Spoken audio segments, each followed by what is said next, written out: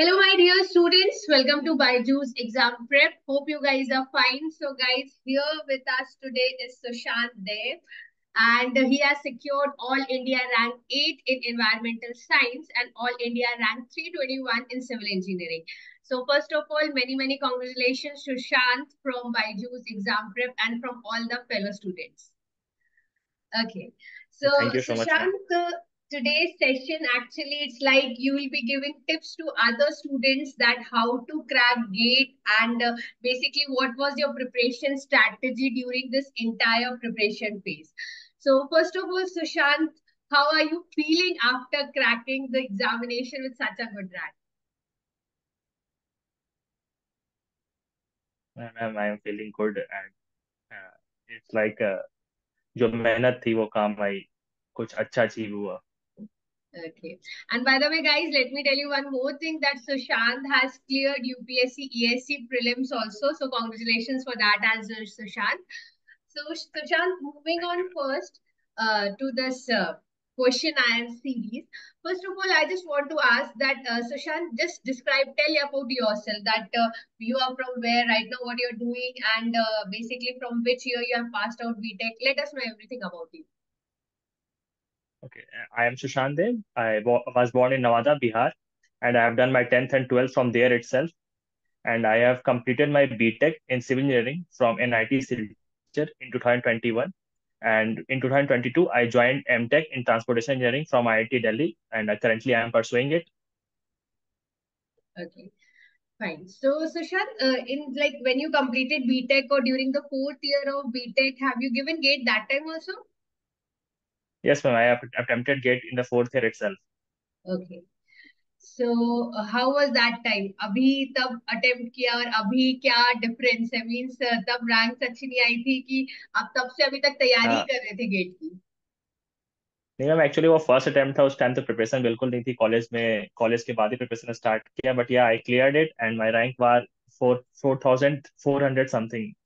My rank was so Okay. then I started preparing again. Okay. So, this was your which attempt?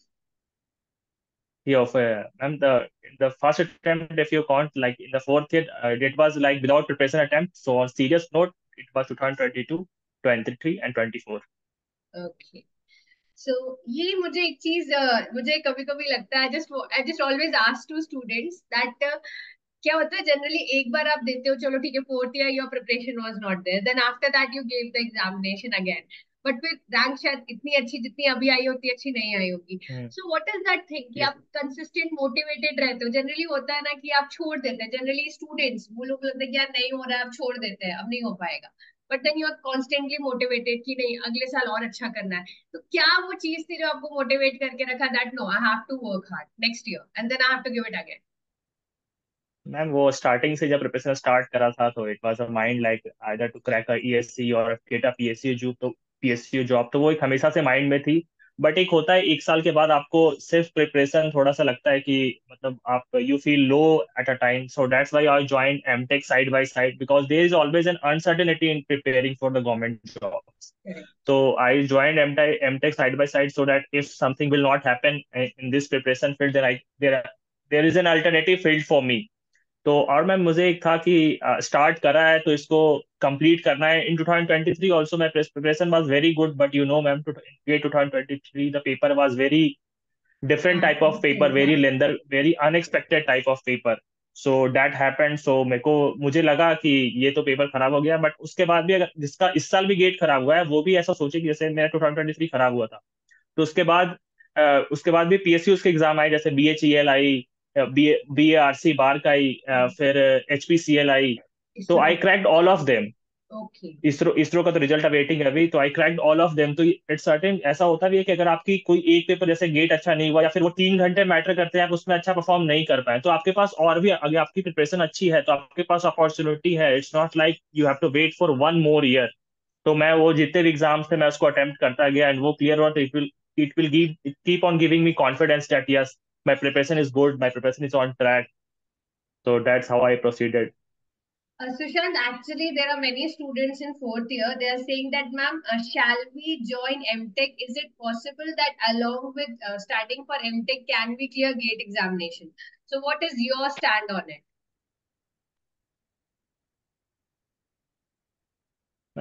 Yeah, it's possible that you can crack GATE with alongside with MTech, but you have to keep two to things in mind. Like दो से तीन चीजें आपको ध्यान रखनी पड़ेगी. पहला तो आपको एक्स्ट्रा करिकुलर से दूर रहना पड़ेगा. Like you have to leave your sport. Like जो भी आप बीटेक लाइफ में Tech करते थे या fest, स्पोर्ट्स में cultural पार्टिसिपेट fest. करते थे या फेस्ट में पार्टिसिपेट करते थे, वो आपको छोड़नी पड़ेगी. आपको ये अगर आपको साइड बाय साइड प्रिपरेशन करना है तो आपको बस एमटेक और प्रिपरेशन, कुछ एक्स्ट्रा और नहीं कर पाइएगा आप. जैसे कि आप कॉलेज लाइफ, वो कॉलेज लाइफ की तरह एंजॉय आपको करना छोड़ना पड़ेगा नहीं, क्योंकि MTech will always take 2 to 3 days off a week. It will take completely. और also ma'am MTech exams are like my mid sem exam was just 3 days before GATE. तो वो शेड्यूल थोड़ा सा, and also the curricular of the academic of IIT is little bit tough as compared to other colleges. So yeah, it's possible, but you have to, आपको extra curricular छोड़नी पड़ेगी, ये आपको care करना पड़ेगा. So, Sushant, generally I just don't basically focus on hours that कितने घंटे पढ़ाई किया, rather than what matters is कि आपके topics complete होने चाहिए जो आपने designated किया. So, but like what used to be your whole day routine? Like how many hours you used to dedicate for studies? How many hours in college? Let us know your routine as well. And actually my college was basically 2 days. मेरी दो दिन ही class होती थी. Okay. One was on Tuesday and one was on Thursday, and it was from 8 a.m. to 6:30 p.m. Okay. So it was like 2 days were completely, you were Exhausted. complete exhausted. आप उस दिन तो कुछ नहीं कर सकते, क्योंकि आप 8:30 गए, आप 6:30 वापस आ रहे हैं. उसके बाद भी तो वो 2 दिन, तो बाकी 5 days I use to ma'am, मैं रिवाइज करता रहता था चीजों को. लाइक ऐसा होता है कि आप गेट एग्जाम में पहली बार तो सब पढ़ लेते हैं, हर कोई प्रिपेयर कर लेता है, बट वो उसको भूलने लगते हैं. लाइक दे कंफ्यूजन स्टार्ट हो जाता है कहाँ पे क्या करें. तो वो रिवीजन बहुत इंपॉर्टेंट है. आपको एक फ्रिक्वेंटली रिवाइज करते रहना पड़ेगा हर एक कुछ टाइम के बाद. आपको ये भी फील होगा कि ये बहुत बोरिंग सा हो रहा है कि एक ही चीज को बार बार पढ़ रहे हैं, बट आपको 30 टाइम्स 40 टाइम्स उस एक नोट्स को बार बार पढ़ने पड़ेंगे, सो दैट आपको वो पूरा, मतलब ऐसा हो जाएगा कि आपका इतना स्पीड बढ़ जाएगा ना आपका रिवाइज करते करते, कि आपका फिर ऐसा हो जाएगा कि पूरा सब्जेक्ट आपका 45 मिनट्स में रिवाइज हो जाएगा. आपकी स्पीड एक डेवलप हो जाएगी. तो आप keep on revising. And hours तो मैं नहीं बोलूंगा मैं कितना, मतलब I was not like 10 to 12 hours of, ऐसा तो मैं था नहीं. 4 to 5 आवर्स 6 आवर्स था. बस एक टेस्ट में फ्रिक्वेंटली देता रहता था. लाइक जब से 2023 का गेट हुआ, उसके बाद से पहले keep on giving part time part, like subject test, then group subject test, then the full syllabus test. And एक चीज बहुत इंपॉर्टेंट है during the whole preparation journey, कि आप जो मिस्टेक्स कमिट कर रहे हो टेस्ट में, उसको आप नोट डाउन करो. अगर आपके पास टाइम नहीं है तो आप स्क्रीनशॉट ले लो, या फिर उसको रिविजिट करो. अगर आप उसको रिविजिट नहीं कर रहे हो, then there is no meaning of test, क्योंकि आप फिर से वो वापस गलती वापस से आप एग्जाम में करोगे.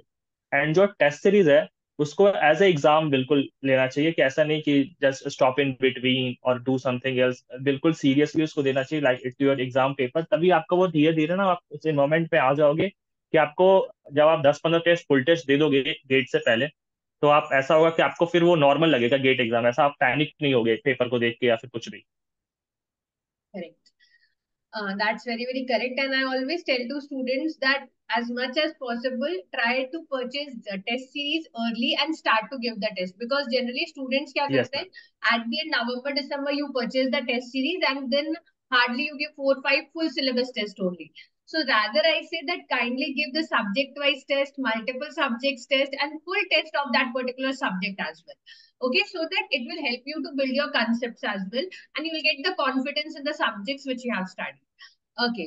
So Sushant, what used to be your revision technique? Because you only said that it happens that आगे part पीछे सा part वाला होता है. When you move forward, you start to forget the things which you have studied before. If you're not revising a subjects in a span of 2 to 3 months, that is but obvious that you start to forget those yes. subjects. So, not completely, but a certain things you start to forget. So, what was your revision strategy? What you used to do? You used to study the notes or you used to practice the questions? What was your funda of revision? My fund of reserve ma'am, मैं notes हमेशा revise करता था. मतलब with in 1 month I, मतलब मैं एक circle चलाता रहता था कि जैसे एक मंथ में पूरे सारे सब्जेक्ट्स नोट्स हो गए, फिर वापस से मैं उसको स्टार्ट करता था. तो वो आप ऐसा होगा, आप जितनी बार नोट्स पढ़ोगे ना, आपको लगेगा कि आपने बहुत अच्छा पढ़ रखा है, बट आपको हर टाइम कुछ ना कुछ ऐसा मिलेगा जो आपने पहले नहीं देखा था, या जो जो जो आपने मतलब लास्ट टाइम पे मिस कर दिया था। तो आप जितनी बार पढ़ोगे उतना कुछ आपको छोटी छोटी चीजें मिलेगी, बिकॉज मैम अल्टीमेटली सिलेबस जो फाइट होती है उसमें हर किसी का सिलेबस हो रखा होता है। वो मैटर करता है रिवीजन, एंड आप कितना ज्यादा डेप्थ मतलब कितना ज्यादा प्रैक्टिस में हो, या फिर आपको कितना लेस कंफ्यूजन है, या फिर एग्जाम में कंफ्यूज ना हो। तो आप मैं ये करता था, नोट्स हमेशा रिवाइज करता था मैं। 1 मंथ पे मैं पूरी सर्कल चलाते रहता था कि मैंने स्टार्ट किया सॉइल से, विद इन 1 मंथ मैंने खत्म कर दिया लास्ट तक पूरा सब सब्जेक्ट, 16 सब्जेक्ट्स जो भी है। फिर से मैं वापस से स्टार्ट करता था। एंड मैं ये करता था कि जैसे टेस्ट सीरीज दिया मैंने, तो उसमें होता है कि रॉन्ग क्वेश्चन राइट क्वेश्चन। तो जो रॉन्ग क्वेश्चन है उनको आप या तो नोट डाउन कर लो पेपर में, या तो फिर आप अगर आपके पास टाइम इश्यूज हैं, जैसे मेरे पास इस इशू था होता था एमटेक के टाइम पे, तो मैं उसको या तो रिविजिट या तो उसको बुक मार्क कर देता था, और मैं उसको वापस अटेम्प्ट लेता था। एंड एक और चीज है मैम, अगर आप नवंबर और दिसंबर में टेस्ट परचेज करोगे, and if you will get मतलब अगर आपको बहुत कम मार्क्स आते हैं, like you will get 30 marks out of 100, तो आप वहीं पे अंडर कॉन्फिडेंस हो जाओगे, फिर आप वो एक महीना में आप उसको रिकवर नहीं कर पाओगे। यही प्रॉब्लम होती है लेट टेस्ट सीरीज नहीं लेने का। अगर आप यही टेस्ट सीरीज जून में लेते, या फिर अगस्त जुलाई मई में लेते, जून में लेते, उस टाइम अगर आपका 30 आता भी, तो आपको उतना ज्यादा वो पैनिक नहीं करता, आप उसको इम्प्रूव कर सकते हैं स्लाइटली डे बाय डे, कि आई हैव अ टाइम, मैं इसको इम्प्रूव कर सकता हूँ। तो ये इसलिए टेस्ट सीरीज हमेशा पहले लेनी चाहिए। And Sushant, like before the final examinations, हाँ आपने तो बोला कि you give the test sincerely, तो वो जो एग्जाम पेयर है वो बहुत मिनिमाइज हो जाता है. We won't say that eliminate हो जाता है, but definitely minimize हो हम्म। जाता है. So generally एक human tendency है that whenever the exam is near, you start to panic. होता है, थोड़ा सा डर लगना स्टार्ट हो जाता है. You start to feel कि आपने कुछ नहीं पढ़ा है. It happens, right? So what was your yes ma'am, ये last two होता है। weeks, 20 days preparation strategy? Like आखिरी के एक हफ्ता दो हफ्ता, what you have done it? Ma'am actually इस बार तो ऐसा हुआ मैम कि मेरे जस्ट गेट के 2 वीक पहले तो यू मेरा मिस्ड इट. इंटरव्यू पड़ गया था, ओके बीएचईएल ओके का इंटरव्यू पड़ गया था। तो ओके. पहले तो मैं उस टाइम पे इंटरव्यू का था, उसके बाद आफ्टर 2 वीक्स मतलब मैंने यही देखा कि मतलब मैं रिवाइज ही करता रहा, थोड़ा टेस्ट एक दो और मैं दिया, लास्ट वीक में मैंने ज्यादा टेस्ट नहीं दिए क्योंकि मैंने सारे टेस्ट पहले खत्म कर लिए थे। तो मैं उसको रिवाइज करता गया, और एक मैंने एक माइक्रो नोट्स टाइप एक छोटी सी डायरी बनाई थी मैं। उसमें मेरे जितने भी कंफ्यूजिंग वाले फॉर्मूला थे ना, जिससे मतलब कोई बड़े फॉर्मूले जिसमें थोड़ा कंफ्यूजन होता था मुझे, मैं उसको सारे को लिख रखा था। मैं लास्ट टाइम पे उसको रिवाइज करते रहता था। मतलब लास्ट 1 वीक में मैं उसको रिवाइज, मतलब ये जो छोटे छोटे फॉर्मूलाज या बड़े फॉर्मूलाज में जो कंफ्यूजन है, वो मुझे एग्जाम के दिन ना हो, या फिर मैं उस एग्जाम में उसको कंफ्यूज ना हो, तो मैं वो माइक्रो नोट से लास्ट वीक में उसको रिवाइज किया था। और 2 वीक्स पहले तो मैं बस वही जो टेस्ट सीरीज में जो मिस्टेक्स कमिट करी थी, या फिर आप ये कर सकते हो कि जो आपने do one more thing, like आपने पीटीवाई की जो आपने सॉल्व करा होगा गेट का, तो उसमें आप जो क्वेश्चन आपसे हो रहे हैं, make a cross on it, and जो नहीं हो रहे हैं उसमें स्टार मार्क कर लो। एंड जब आप दोबारा से अटेम्प्ट करो, तो उन क्वेश्चंस को like with in last month, with before 1 month of GATE, आप उस क्वेश्चंस को अटेम्प्ट करो जो आपने स्टार मार्क कर रखा है या जो सर्कल कर रखा है। जो आपने नहीं कर रखा उसको, जो आपको से फर्स्ट अटेम्प्ट में ही हो गया था, उसको वापस करने का कोई मीनिंग उतना ज्यादा है नहीं, एज कम्पेयर टू जो आपने गलत करा था या जो आप कंसेप्ट मिस कर रहे थे, आप लास्ट मंथ में उसको कर सकते हो। तो मैं एक ये भी कर रहा था कि जो मेरे स्टार मार्क्स क्वेश्चंस थे मैं उसको कर रहा था। ओके. सुशांत, जैसे you got a good rank, all India rank 8 in environmental science as well. और हमारे पास like environmental science we don't have much, you can say papers available. 2-3 साल के पेपर्स यस अवेलेबल है for 2021, right?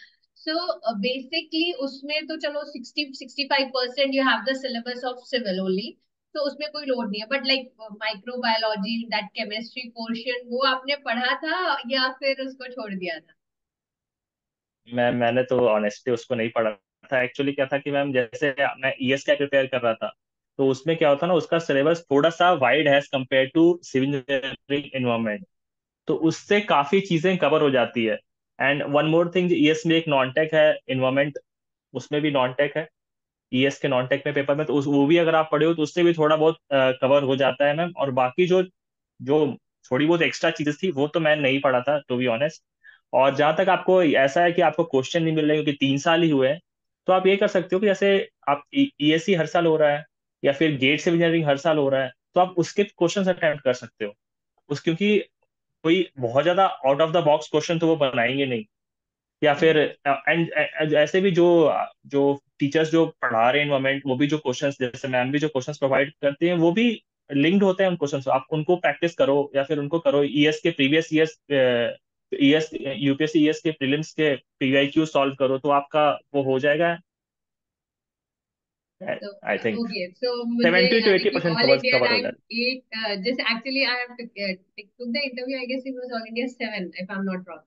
So he told कि 11 12th में जो chemistry पढ़ी थी वो वापस पढ़ी और थोड़ा बायोलॉजी पढ़ा। बट सुशांत, मुझे आपसे ये समझ में आया कि अगर 60-65% भी पढ़ा है सिविल का, अगर उसको भी हम्म। करेक्ट मार्क करके आप आ रहे हो 100% एक्यूरेसी से, then also you are going to get a single digit rank for sure. Correct? Yes ma'am. तो Yeah, 60, इतना 65, you can say 70, more than 70 also gets covered if you are preparing for ESC. Okay.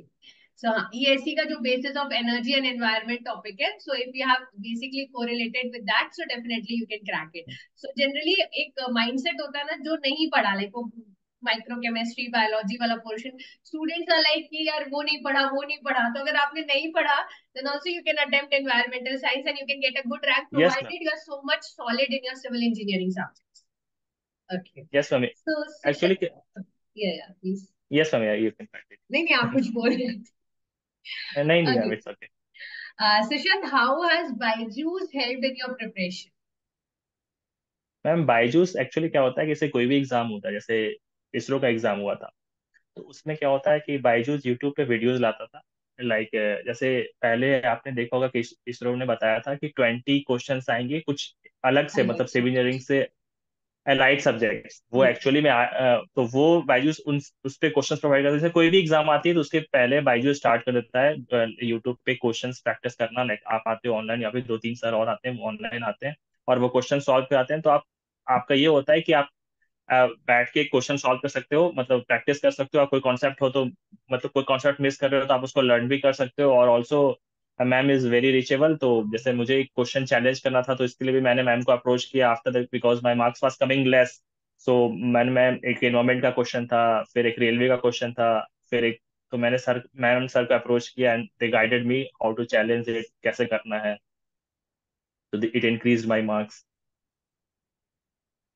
Okay, Sushant, last closing notes you will tell to students कि क्या करना चाहिए। Means अगर कोई सोच रहा है, अगर कोई सोच रहा है कि लाइक बेसिकली एमटेक के साथ प्रिपरेशन करे या ड्रॉप लेके प्रिपरेशन करे, so what you like to tell them that अगर आप ये चीज फॉलो कर लो आपका अच्छा सिलेक्शन हो जाएगा। So like what will be your tips to the students who want to go to GATE examinations, either they want to do MTech or they want to pursue for PSUs, like you have cracked it and basically आपने हर एक attempt दिया है and you are stayed motivated, क्योंकि आपने बोला ना मेरा target था कि मुझे चाहिए PSUs। लास्ट ईयर आपका गेट अच्छा नहीं निकला, बट एक होता है आपसे ये भी सीखने को मिलेगा स्टूडेंट्स को कि जनरली जब एक एग्जाम अच्छा नहीं गया तो स्टूडेंट्स डिसहार्टेंड हो जाते हैं, सब प्रिपरेशन छोड़ देते हैं, but you stick to that and फिर आपके मल्टीपल एग्जाम्स निकलने लग गए। So just one exam is not the one which is the deciding factor. तो लास्टली आप क्या टिप्स देना चाहोगे who want to give gate for 25 or 26? अगर आप मतलब ऑलरेडी आप कॉलेज पास आउट हो और आपको डिसाइड करना है कि आप एमटेक करना चाहिए या नहीं, तो आप ये देखो कि अगर आप, मतलब ऐसा होता है कि जब आप का क्लासरूम चल रहा होता है या फिर जब सिलेबस चल रहा होता है, तो आप 6 to 8 आवर्स की क्लासेस होती है, फिर आप रिवीजन करते हो, तो आप 10 12 13 14 आवर्स चला जाता है। तो अगर आप अभी भी, मतलब after completing all the syllabus, आप अगर आप अभी भी 10 to 12 आवर्स पढ़ पा रहे हो, या 13 आवर्स पढ़ पा रहे हो, देन डोंट ज्वाइन एमटेक। मगर आप, अगर आप मोटिवेटेड हो, आपको लग रहा है कि हाँ मैं 12 आवर पढ़ सकता हूँ, लेकिन आप अगर ऐसे हो जैसे एज अ मैं जैसे मैं हूँ, कि मतलब ऐसा होता है कि सिलेबस खत्म होने के बाद मैं 10 to 12 आवर्स कंटिन्यूअसली बैठ के नहीं पढ़ पाता, तो then you can join an MTech. वो आपको एक अलग से अपॉर्चुनिटी भी देगा कि अगर आप रिसर्च फील्ड में इंटरेस्टेड हो, जैसे कि आप अगर आईटी से कर रहे हो, तो आपको फॉरेन जाने की भी अपॉर्चुनिटी देता है, या पीएचडी करने की अपॉर्चुनिटी देता है। एक तो आपको एक साइड अपॉर्चुनिटी बन जाएगा, एंड सेकेंड चीज होगी आप थोड़ा प्रेशर कम फील करोगे, क्योंकि आप से ड्रॉप लेते हैं तो वो लगते रहता है कि यार मैं 2 साल से प्रिपेयर कर रहा हूँ, हो नहीं रहा है, तो क्या करूँ। तो एमटेक इस चीज में अच्छा है, आपको थोड़ा प्रेशर कम करेगा। एंड ये होता है कि आपकी प्रिपरेशन मे बी 2024 में बहुत अच्छी हो, आपके टेस्ट से जो मार्क्स अच्छे आ रहे हो, बट आप परफॉर्म नहीं कर पाए, वो 3 घंटे मैटर करते हैं। तो डोंट वरी, आपका ये ऐसा नहीं है कि ये नहीं हुआ तो आपकी खत्म होगी। आपके बहुत सारे पीएसयूज हैं अभी भी जो एग्जाम निकालते रहते हैं। आप उन एग्जाम्स को सीरियसली अटेम्प्ट करिए। जैसे मेरा भी लास्ट ईयर खराब हुआ था, तो फिर मैंने 10 सीट्स 12 सीट्स जो भी एग्जाम्स आए, आप उनको अटेम्प्ट कीजिए, आप डेफिनेटली उसको क्लियर करेंगे। और आप, अगर आप कंटिन्यूटी मेंटेन कीजिए, डोंट लाइक आप छोड़ो मत पढ़ना या फिर रिवीजन करना को छोड़ो मत आप, क्यों। एंड आप करते रहो, ईएससी की भी प्रिपरेशन करते रहो, वो क्लियर होगा। Stay motivated, takes time. हर किसी का 1 साल में नहीं निकलता, हर किसी का 2 साल में नहीं निकलता। ऐसा नहीं है कि आप छोड़ दोगे, ऐसा नहीं है कि आप कोई गलत पाथ पे हो या फिर आपको ये माइंड में आ सकता है कि मैं कुछ और कर लेता। ऐसा नहीं है, आप अचीव करोगे। Just keep on working, keep motivated. ऐसा हो सकता है कि आपका प्रिपरेशन अच्छा नहीं हुआ हो, तो आप रिवीजन करो। एंड टेस्ट सीरीज बहुत इंपॉर्टेंट है, उसको अटेम्प्ट करो। जो गलतियां हैं उसको इम्प्रूव करो। Don't keep on repeating your mistakes. अगर आप टेस्ट सीरीज अटेम्प्ट करके उसको अगर वापस रिवाइज नहीं कर रहे हो, तो फिर उसका फायदा नहीं है। टू बी ऑनेस्ट, आप उसको रिवाइज करो, उसको नोट डाउन करो, नोटबुक मेंटेन करो, अपने मिस्टेक्स को अंडरलाइन करो। एंड रिवीजन करना पड़ेगा आपको, बहुत बार रिवीजन करना पड़ेगा। ऐसा नहीं है कि आप 2 बार 3 बार करके आप सोचोगे कि सारी चीजें आपको हमेशा याद रह जाएगी, तो ऐसा नहीं है। आपको 30 to 40 टाइम्स रिवीजन करना पड़ेगा, क्योंकि वो एनएटी है, वहाँ एमसीक्यू नहीं है कि आपको 4 ऑप्शन में से एक दिख जाएगी। You have to put your answer in numerical, and that is the toughest part. MSQ is the toughest part, because वहाँ पे 2 से 3 ऑप्शंस होते हैं। आपको जब तक सारे ऑप्शंस के सारे कंसेप्ट पता नहीं होंगे, तब तक आप एलिमिनेट भी नहीं कर पाओगे कि कौन सा हो सकता है कौन सा नहीं। तो just keep on revising, you will do well. So thank you so much, Sushant. Like you will be definitely a source of motivation for the students who have might be taking a drop, thinking of taking a drop, or who are thinking that along with MTech we'll continue our preparations. So this was Sushant Day with us, guys, and we wish you all the best for your future. And thank you so much. Thank you, Sushant. Thank you.